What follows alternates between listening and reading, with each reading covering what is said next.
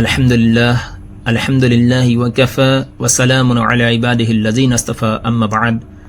সম্মানিত সামিনে কেৰাম, আজি আমি আলোচনা কৰিবলৈ লৈছোঁ এজনে আনজনৰ প্ৰতি হিংসা বিদ্বেষ নৰখাটো জন্নতিৰ লক্ষণ। এই সম্পৰ্কে এটা হাদিছ আন আনাস ইবনে মালিক রাদিয়াল্লাহু তাআলা আনহু قال كنا جلوسا مع رسول الله صلى الله عليه وسلم فقال يطلع عليكم الآن الرجل من أهل الجنة إلى آخر أو كما قال عليه الصلاة والسلام। এই হাদিছটো মাসনাদ ইমাম আহমদ বিন হাম্বল, সুনান তিৰমিজি আৰু ইমাম বাইহাকি ৰহিমাহুল্লাহ সৰবুল ঈমানত উল্লেখ কৰিছে। হাদিছৰ ভাৱাৰ্থ হ'ল এনেকুৱা যে হযৰত আনাস বিন মালিক ৰাদিয়াল্লাহু তাআলা আনহু পৰা বৰ্ণিত আছে যে এদিনাখন আল্লাহৰ নবী সাল্লাল্লাহু আলাইহি ওয়াসাল্লামে সাহাবাই কাৰাম ৰাদিয়াল্লাহু তাআলা আনহুম সকলৰ লগত বহি আছিলে আৰু ফৰমালে যে এতিয়া তোমালোকৰ ওচৰত এজন জন্নতি মানুহ আহিব। আৰু এই সময়তে এজন আনসাৰী সাহাবী ৰাদিয়াল্লাহু তাআলা আনহু মজলিছত উপস্থিত হ'ল, যিগৰাকীৰ ওজুৰ পানী গাত লাগি আছিলে আৰু নিজৰ জোতাযোৰ হাতত লৈ আছিলে। ইয়াৰ পিছৰ দিনা তাৰপিছত আকৌ তৃতীয় দিনাও হুজুৰ সাল্লাল্লাহু আলাইহি ওয়াসাল্লামে এনেকুৱাকৈ সেই আনসাৰী সাহাবীজনৰ ক্ষেত্ৰত একে বাক্য পুনৰ ব্যৱহাৰ কৰিছিলে।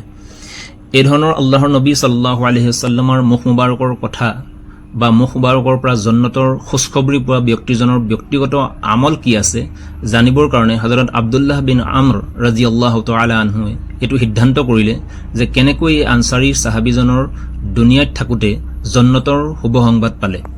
সেয়েহে তেওঁ উক্ত আনসাৰী সাহাবীজনৰ ঘৰত 3 দিন থকাৰ অনুমতি ল'লে। এইদৰে 3 দিন থকাৰ পিছত সেই আনসাৰী সাহাবীজনৰ ক্ষেত্ৰত কোনো ধৰণৰ বিশেষ ইবাদত যেনে নফল ৰোজা বা গোটেই ৰাতি নফল নামাজ পঢ়া ইত্যাদি কোনো আমল নেদেখিলে, যদিও সৰ্বসাধাৰণ হিচাপে ৰাতি শুই থাকোঁতে ইকাতিৰ পৰা সিকাতি হওঁতে আল্লাহৰ নাম লোৱা আৰু ৰাতি অলপ সময়ৰ কাৰণে উঠি তাহাজ্জুদ পঢ়া, যিহেতু আল্লাহৱালাসকলৰ এইটো বিশেষ অভ্যাস আছিলে আৰু বৰ্তমান জামানাতো সিমানখিনি আমল আল্লাহৱালাসকলে কৰে।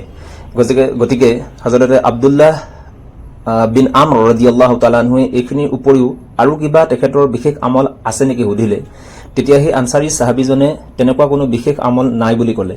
কিন্তু যেতিয়া হযৰত আব্দুল্লাহ বিন আমৰ ৰাদিয়াল্লাহু তাআলা আনহুৱে ঘৰলৈ ঘূৰি আহিবলৈ ল'লে, তেতিয়া সেই আনসাৰী সাহাবীজনে ক'লে যে মোৰ আমল সিমানেই যিমানখিনি আপুনি দেখিবলৈ পালে, কিন্তু এটা আমল আছে যে মই কোনো বেলেগ মানুহৰ কাৰণে কিনাহ বুগজ বা হাছদ অৰ্থাৎ হিংসা বিদ্বেষ বা কাৰোবাৰ প্ৰতি বেয়া মনোভাৱ পোষণ কৰি নাৰাখোঁ, আৰু মই কোনো মুছলমানক নিয়ামতৰ বা ভাল অৱস্থাত দেখি অৰ্থাৎ কাৰোবাক আল্লাহ তবাৰক ও তাআলাই অজস্ৰ টকা পইচা বা ভাল অৱস্থাত ৰাখিছে সেইবিলাকক দেখি পেলাই মই কোনোদিন সেইসকলৰ প্ৰতি এনেকুৱা ধৰণৰ মনোভাৱ নাৰাখোঁ যে আল্লাহ পাকে সেইসকলক দিছে মোক কিয় দিয়া নাই।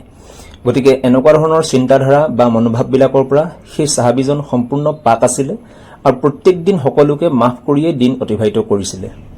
ছোৱাৰিহীনসকলে এই হাদিছৰ ব্যাখ্যা কৰিবলৈ গৈ লিখিছে যে এই হাদিছৰ দ্বাৰা এই কথাটো বুজিব পাৰি যে মানুহৰ ভাল কামবিলাকৰ ভিতৰত অন্যতম এটা হৈছে যে অন্তৰত কাৰো প্ৰতি হিংসা বিদ্বেষ কুচিন্তা বেয়া মনোভাৱ ইত্যাদিবিলাক আঁতৰাই ৰাখিব পৰাটো, অৰ্থাৎ অন্তৰখনক আনৰ প্ৰতি পৰিষ্কাৰ কৰি ৰখা। আৰু এনেধৰণৰ আমলৰ পৰা মানুহৰ মৰ্তবা আল্লাহৰ ওচৰত বাঢ়ি যায়। আৰু এইটোও সম্ভৱ যে নফল ৰোজা বা নামাজৰ কম হোৱা স্বত্তেও বান্দাহৰ বাতিন অৰ্থাৎ অন্তৰখন যদি পৰিষ্কাৰ থাকে তেনেহলে অন্যান্য যিমানবিলাক ফৰজ হুকুম আহকাম আছে এইবিলাকৰ লগত মিলি পেলাই নিশ্চয় আমি আল্লাহৰ ওচৰত ইনশাআল্লাহ নৈকট্য হাসিল কৰিব পাৰিম আৰু আমাৰ দিন আৰু দুনিয়াৰ প্ৰত্যেকটো জাহান কামিয়াবি হোৱাৰ আশা পোষণ কৰিব পাৰি। গতিকে আল্লাহ তবাৰক তাআলাই আপোনাক সকলোকে যিখিনি কোৱা হ'ল আৰু শুনা হ'ল এইখিনিৰ ওপৰত আমল কৰাৰ তৌফিক দান কৰক। আমিন। আসসালামু আলাইকুম ওয়া ৰাহমাতুল্লাহি ওয়া বাৰাকাতুহু।